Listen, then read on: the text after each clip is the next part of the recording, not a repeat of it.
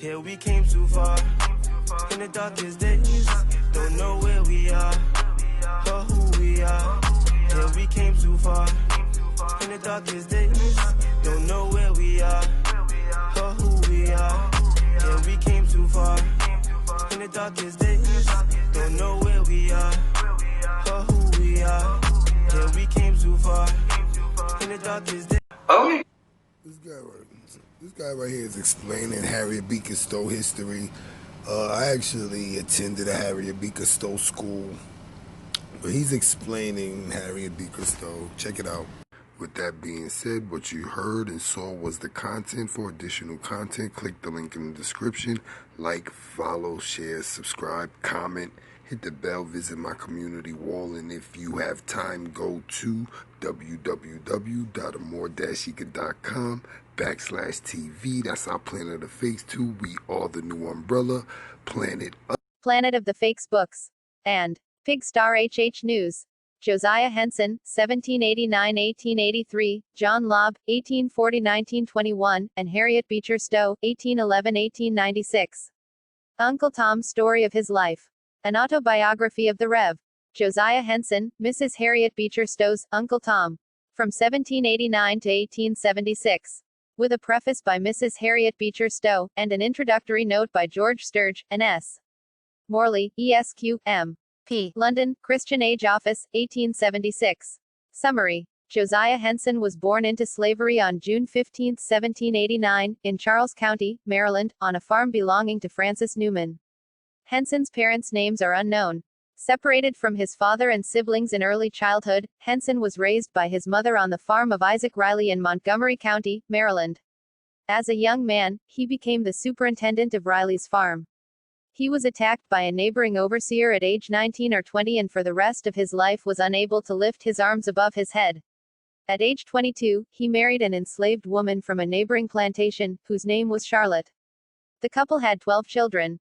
Riley transferred his slaves to his brother's plantation in Kentucky in 1825, and Henson lived there until he attempted to purchase his freedom in 1828. He was swindled out of $350 by his master and barely escaped being sold into New Orleans. Henson and his family escaped to Canada in 1830, and in 1838, he helped to found the Don Settlement for Fugitive Slaves, which operated a manual labor school and a sawmill. Henson traveled to England 3 times to raise money for the settlement, and he met Queen Victoria in 1877. After his first wife's death, Henson married Nancy Gamble, a widowed free black woman, in 1856. He died in Dresden, Ontario, on May 5, 1883. Part of the lands of the Don Settlement are now a historic site operated by the Ontario Heritage Trust and include the Henson family's home. This 1876 version of Henson's autobiography is the first of many editions issued by British editor John Lobb.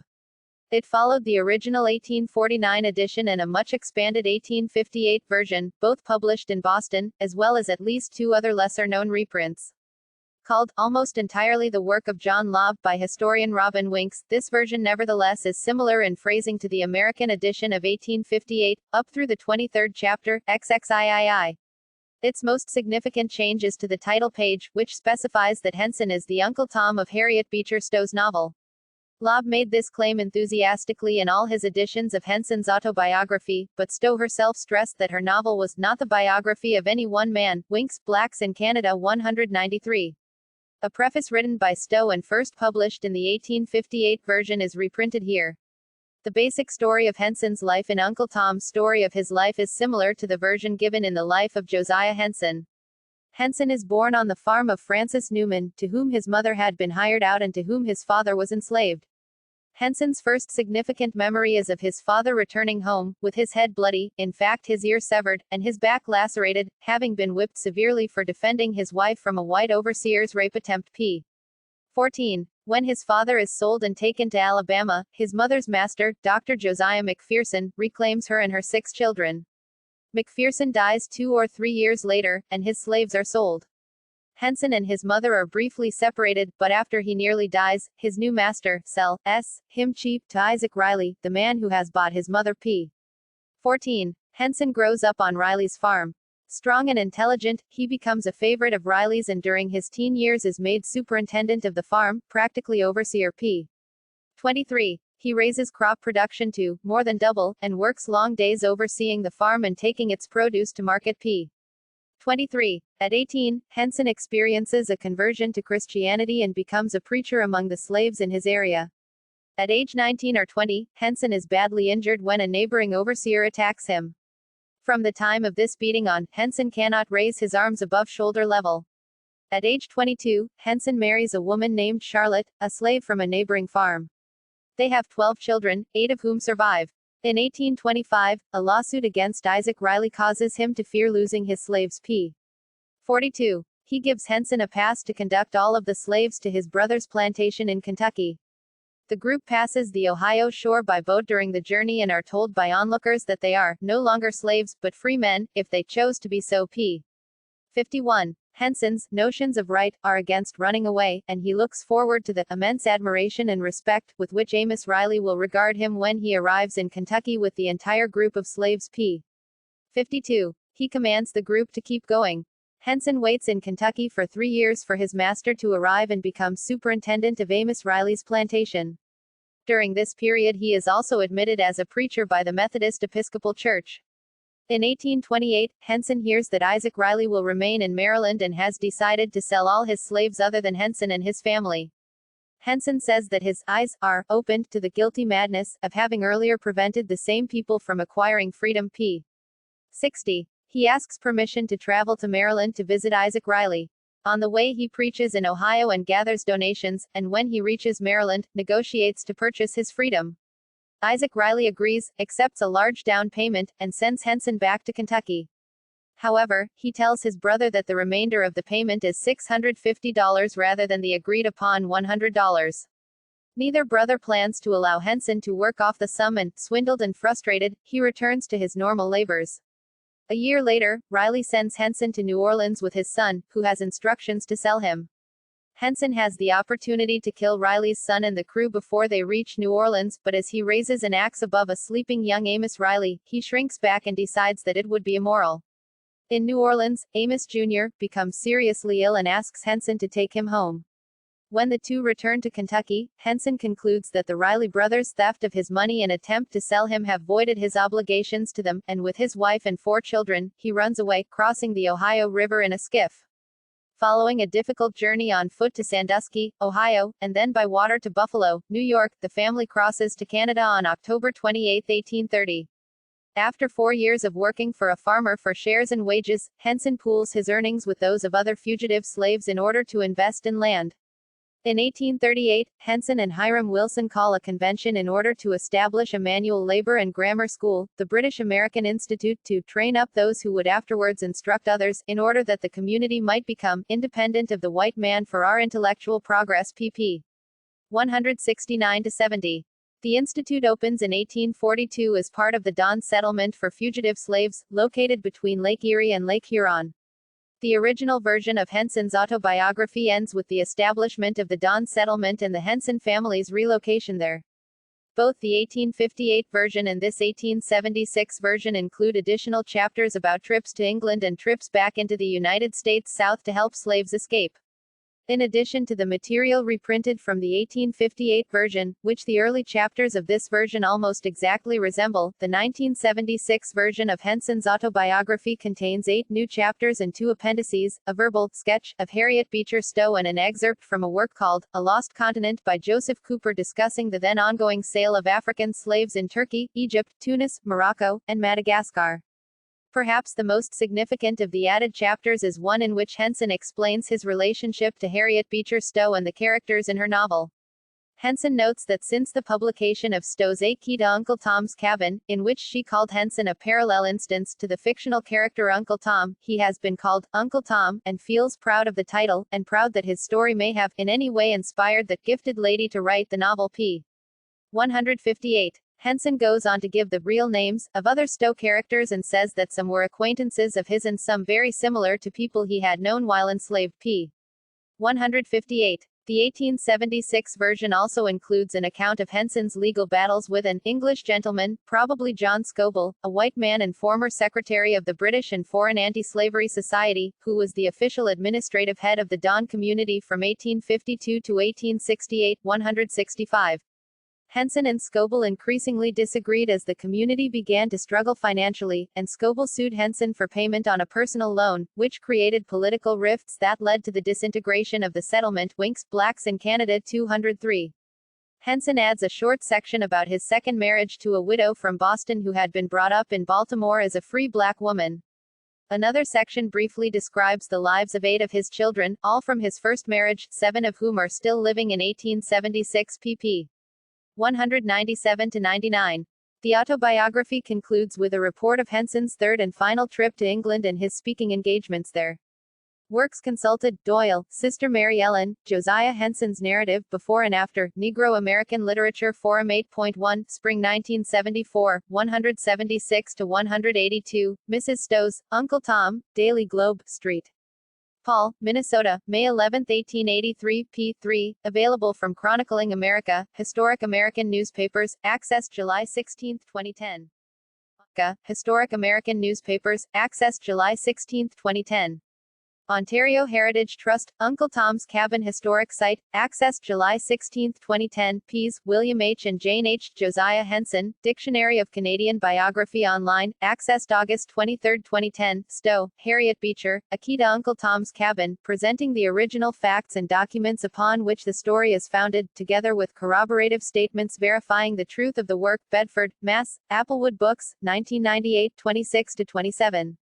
Vickery, Elizabeth Zoe, Henson, Josiah, African American National Biography, ed.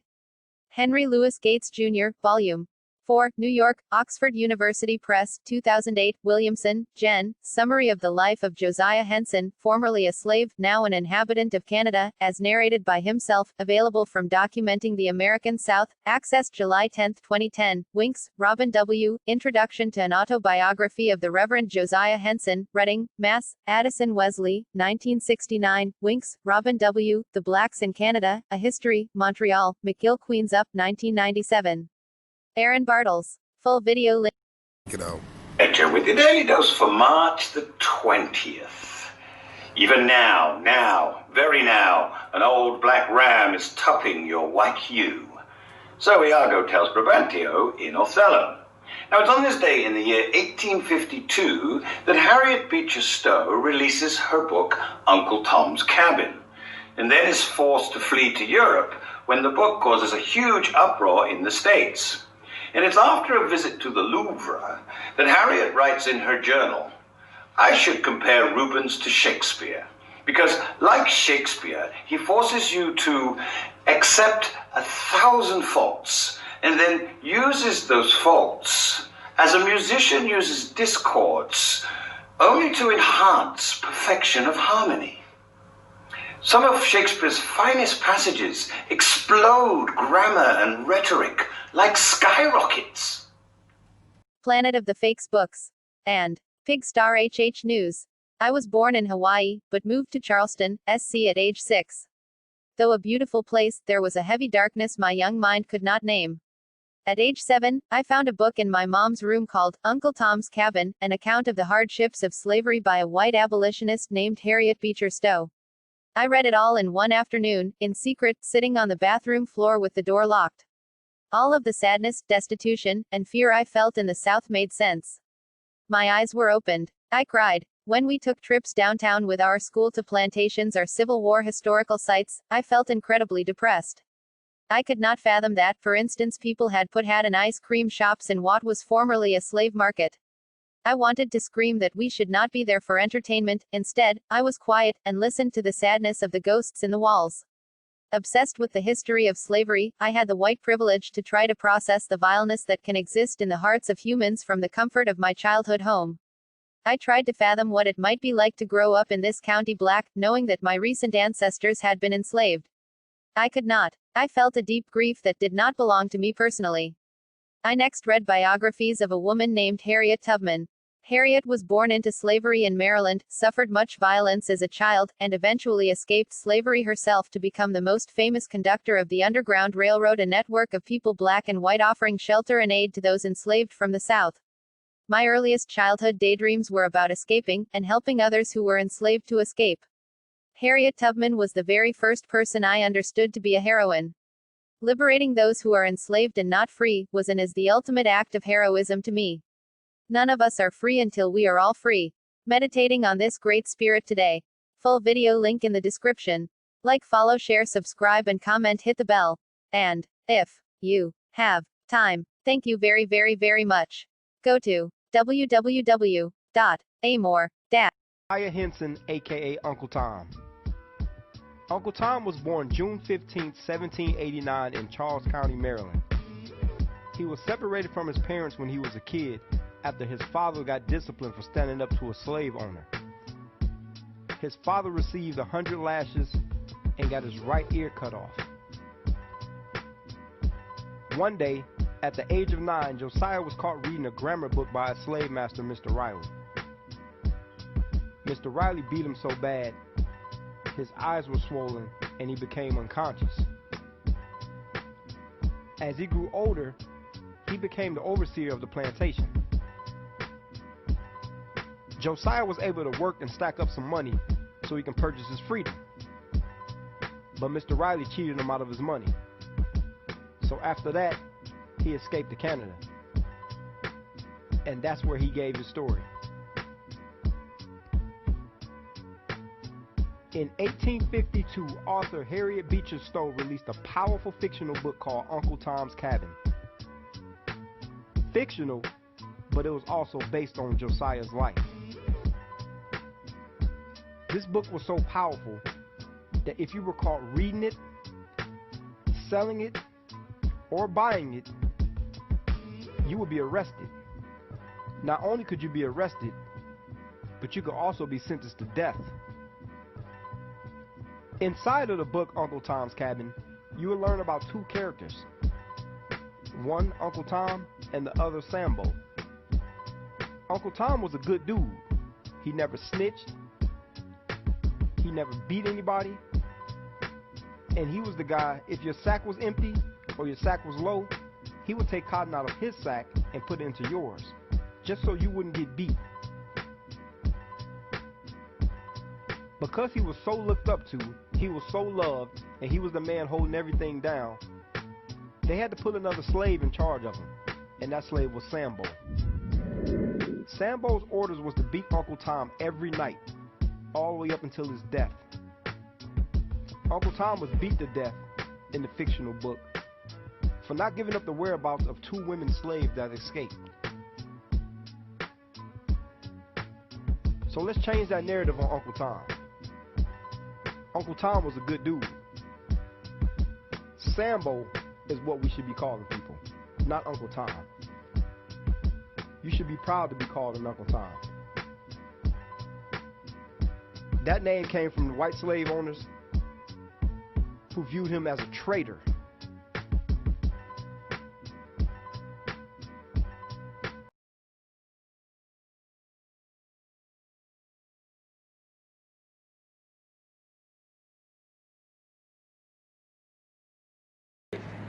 What up, y'all? Planet of the Fakes, King of Content. Thank you for looking at my video. And also, I need y'all to basically follow me on Instagram. My Instagram is it ain't even POTF. It's just Planet_of_the Fakes. Planet_of_the Fakes.